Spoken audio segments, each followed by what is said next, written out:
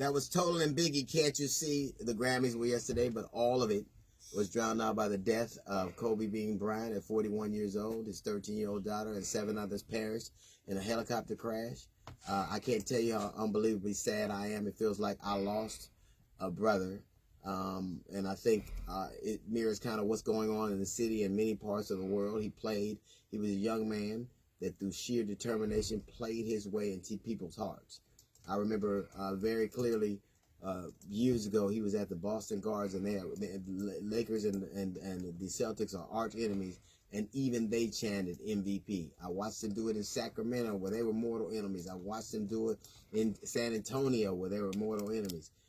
He was a man who embodied hard work, perseverance, and flat-out belief in himself. His confidence in himself was bulletproof, and it was off-putting to a lot of people. I can remember having arguments with Michael Jordan and Shannon Sharp and Skip and Stephen A. Smith. I believe he's the greatest basketball who ever lived. I believe he's my favorite player ever, but I believe he's the greatest that ever did it. There are going to be dissenting opinions on that, but the one thing we will not disagree on is that he was a tremendous athlete and a tremendous competitor. It disappoints me watching what TMZ did in such a hurry to get the story out that they forgot to be human or even sometimes accurate. I think that is the failing of our society, that we want things so urgently. Now we're so voyeuristic, we forget to add that there are human beings in this tragedy. And some of the things I've heard people say, from newscasters saying the N-word to a comedian saying some of the most disparaging thing ever, it is very disappointing in the human condition. But I will say this. I think that you can't talk about somebody's life and all of their accomplishments when they died without the totality of that person. And Kobe, like all human beings, was fallible.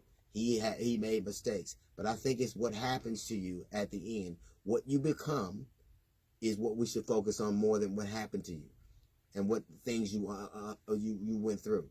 I think it was important that the man he is or became was much different than the child he started out.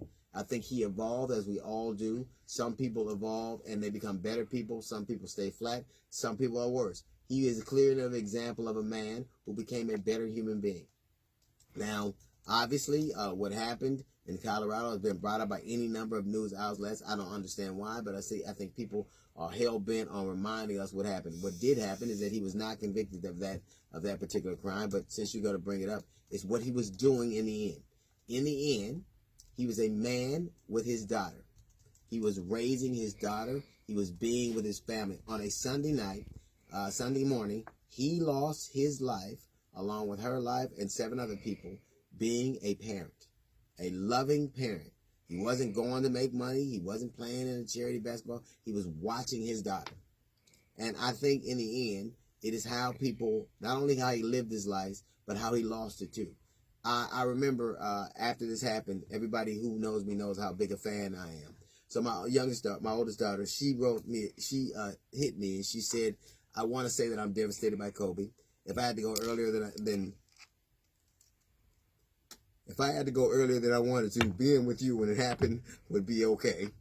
I'm so sad he's gone, and his daughter is gone. But I can't imagine and hope to never know how Vanessa feels right now. But as a daughter, I would want to go with my father. I love you, Daddy. Amen." And I think that is how we should remember Kobe, because that is what he was doing. He was in the arms of somebody who loved him. He was in the arms of somebody who needed him, and they were together. And most of us will leave this earth alone. Most of us came into the world alone and will leave alone. And as sad as this is, I'm glad they were with each other. Rest in peace, young man. I'm sorry to all the families that have perished. I'm sorry for all the grief they're going through.